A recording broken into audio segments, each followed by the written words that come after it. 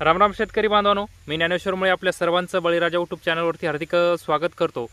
तर शेतकरी बांधवांनो, या व्हिडिओच्या माध्यमातून कर्जमाफी संदर्भात एक महत्त्वपूर्ण असा अपडेट म्हणजे येणाऱ्या विधानसभा निवडणुकीच्या पार्श्वभूमीवर सरकार मोठा निर्णय घेईल का आणि मायबाप शेतकरी बांधवांना कर्जमाफी करेल का, हा प्रश्न तुमच्या आमच्या मनात सर्वसामान्य शेतकरी बांधवांच्या मनामध्ये पडलेला आहे आणि त्याच प्रश्नाला हात घालण्याचं काम आपण या व्हिडिओच्या माध्यमातून करणार आहोत। खरंच कर्जमाफी होणार का, आता हा प्रश्न सर्वसामान्य शेतकऱ्यांना पडलेला आहे। तर शेतकरी बांधवांनो, त्याच प्रश्नाचं उत्तर आपण या व्हिडिओच्या माध्यमातून सविस्तरपणे पाहण्याचा प्रयत्न करणार आहोत। व्हिडिओ शेवटपर्यंत नक्की बघा आणि तुम्ही जर आमच्या यूट्यूब चॅनलवर नवीन असाल तर चॅनल आपण नक्की सबस्क्राईब करून ठेवा, जेणेकरून तुम्हाला शेती संबंधित असेच नवनवीन व्हिडिओ आमच्या चॅनलवर पाहायला मिळतील। चला तर शेतकरी बांधवांनो, व्हिडिओला सुरुवात करूया। तर शेतकरी बांधवांनो, येणाऱ्या विधानसभा निवडणुकीच्या पार्श्वभूमीवर सरकार मोठा निर्णय घेईल काय, मायबाप शेतकरी बांधवांना कर्जमाफी देईल का, हा प्रश्न तुमच्या आमच्या सर्वसामान्य शेतकऱ्याच्या मनामध्ये पडलेला आहे। तर शेतकरी बांधवांनो, मागच्या 8 दिवसाखाली जर बघितलं तर आपण राज्याचे अर्थमंत्री व उपमुख्यमंत्री अजितदादा पवार, त्यासोबत बुलढाण्याचे लोकनेते, शेतकरी संघटनेचे नेते रविकांतजी तुपकर यांचं 7 ते 8 दिवसापूर्वी अन्नत्याग आंदोलन चालू होतं आणि ते अन्नत्याग आंदोलन राज्याचे उपमुख्यमंत्री तथा अर्थमंत्री अजितदादा पवार यांच्या माध्यमातून उठवण्यात आलं व त्यांची एक बैठक लावण्यात आली। रविकांतजी तुपकर व राज्याचे उपमुख्यमंत्री अजितदादा पवार व विविध विभागाचे मंत्री, पणन मंत्री असतील, विविध विभागाचे मंत्रीसुद्धा या बैठकीला उपस्थित होते। तर यांच्या माध्यमातून एक बैठक पार पडली। तर त्या बैठकीमध्ये रविकांतजी तुपकर यांनी अर्थमंत्री अजितदादा समोर काही मुद्दे मांडले। पहिला मुद्दा होता पीक विमा। खरीप हंगाम 2023चा उर्वरित 75% पीक विमा असेल। तर त्यानंतरचा खरीप हंगाम 2023 मधला चालू वर्षाचा या 2024 मधला आता 25% अग्रिम पीक विमा असेल। या संदर्भात असे अनेक प्रश्न अजितदादाकडे रविकांतजी तुपकर यांनी मांडले। ते सगळे प्रश्न अजितदादा यांच्या माध्यमातून आम्ही त्यांना मंजूर करू अशा त्यांना रविकांतजी तुपकर यांना सांगण्यात आलं। पण त्यामधले एक प्रश्न होता शेतकरी बांधवांना कर्जमाफी। तर कर्जमाफीचा अद्यापही कुठली चर्चा नाही।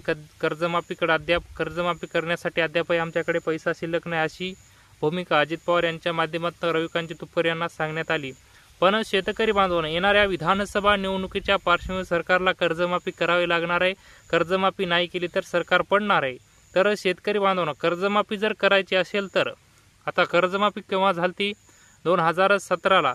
तर 2017ला कर्जमाफी झाली। त्यावेळेस राज्याचे मुख्यमंत्री होते देवेंद्र फडणवीस साहेब। तर यांच्या माध्यमातून छत्रपती शिवाजी महाराज कर्जमुक्ती योजना राबवली आणि शेतकरी बांधवांचं 1.5 लाखापर्यंत सरसकट कर्ज माफ केलं होतं। तर त्यामध्ये 68% शेतकरी बांधवांचा त्यामध्ये 68% शेतकरी बांधवांचा 7/12 कोरा झाला होता।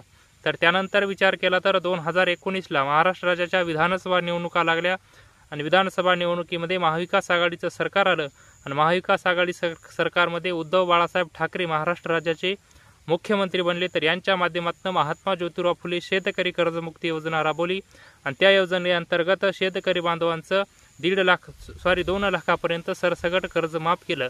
तर कर्जमाफी जर झाली तर शेतकरी बांधवांनो, या दोन्ही योजनेमधून 6.5 लाख शेतकरी बांधव अद्यापही वंचित राहिले। तर या शेतकरी बांधवांची कर्जमाफी होऊ शकते। तर शेतकरी बांधवांना अजित पवार यांच्या माध्यमातून स्पष्ट सांगितण्यात आलेले की आम्ही राज्यातील पैसा मुख्यमंत्री माझी लाडकी बहीण योजनेसाठी राबवला, त्यामुळे सध्या तर कर्जमाफीचा विचार नाही। कर्जमाफीचा विचार झाला तर आम्ही सांगू असं स्पष्ट रविकांतजी तुपकर यांना अजित पवार यांच्या माध्यमातून सांगण्यात आलेलं आहे। तर शेतकरी बांधवांनो, आता महाराष्ट्र राज्य सरकारला कर्जमाफी न करायला काय झालं? तर आपल्या जवळचं राज्य तेलंगणा असेल, झारखंड असेल, छोटी राज्य असून शेतकरी बांधवांना कर्जमाफी देऊ शकतात। तर महाराष्ट्र राज्य हे अवघ्या देशाला जगू शकणारं राज्य शेतकरी बांधवांना कर्जमाफी का देऊ शकत नाही, हा सुद्धा प्रश्न तुमच्या आमच्या मनात सर्वसामान्य शेतकरी बांधवांच्या मनामध्ये पडलेला आहे।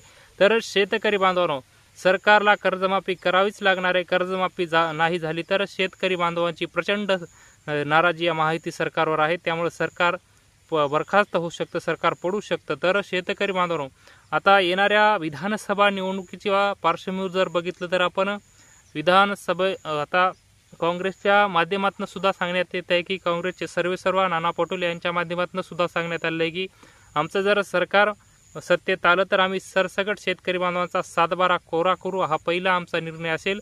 आणि तो निर्णय सुद्धा त्यांनी अगोदर जर विचार केला तर आपण तेलंगणामध्ये घेतला होता. तेलंगणामध्ये विधानसभा निवडणुकीच्या पार्श्वभूमीवर राहुल गांधी यांच्या माध्यमातून घोषणा करण्यात आली होती की आम्ही शेतकरी बांधवांना कर्जमाफी देऊ.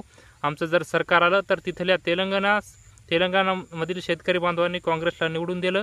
काँग्रेसची सत्ता आली आणि शेतकरी बांधवांना 2 लाखापर्यंत काँग्रेसनं सरसकट कर्जमाफी केली. तर शेतकरी बांधवांनो, त्यामुळं महायुती सरकार सुद्धा पेचामध्ये पडलेलं आहे. कारण की कर्जमाफी जर नाही केली तर आपण पडू शकतो, आणि कर्जमाफी केली तर आपलं सरकार येऊ शकतं. कारण की येणाऱ्या विधानसभा निवडणुकीच्या पार्श्वभूमीवर कर्जमाफी करणं गरजेचं आहे.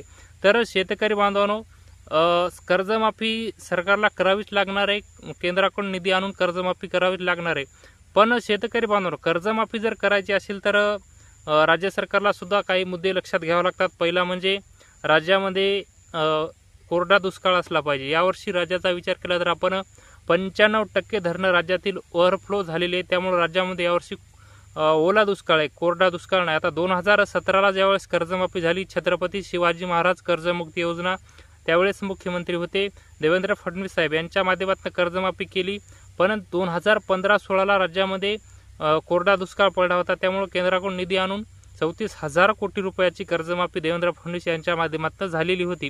त्यामुळे राज्यात सरकारला सुद्धा कर्जमाफी करायची असेल तर काही अटी लागू शकतात. त्यामुळं सध्या तर सरकारनं कोणताही निर्णय अद्यापही कर्जमाफीचा घेतलेला नाही.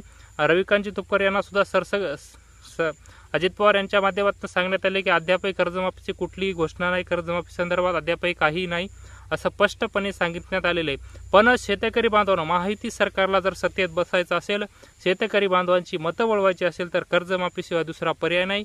त्यामुळे सरकार येणाऱ्या विधानसभा निवडणुकीच्या पार्श्वभूमीवर मोठा निर्णय घेऊ शकतं आणि मायबाप शेतकरी बांधवांना कर्जमाफी देऊ शकतं. तर शेतकरी बांधवांनो, हे होतं कर्जमाफी संदर्भात एक महत्त्वपूर्ण असं अपडेट. ते अपडेट आम्ही आमच्या व्हिडिओच्या माध्यमातून आपल्यापर्यंत सांगण्याचा प्रयत्न केला. तर हे अपडेट आपल्याला कसं वाटलं ते आपण कमेंट बॉक्समध्ये नक्की कळवावं.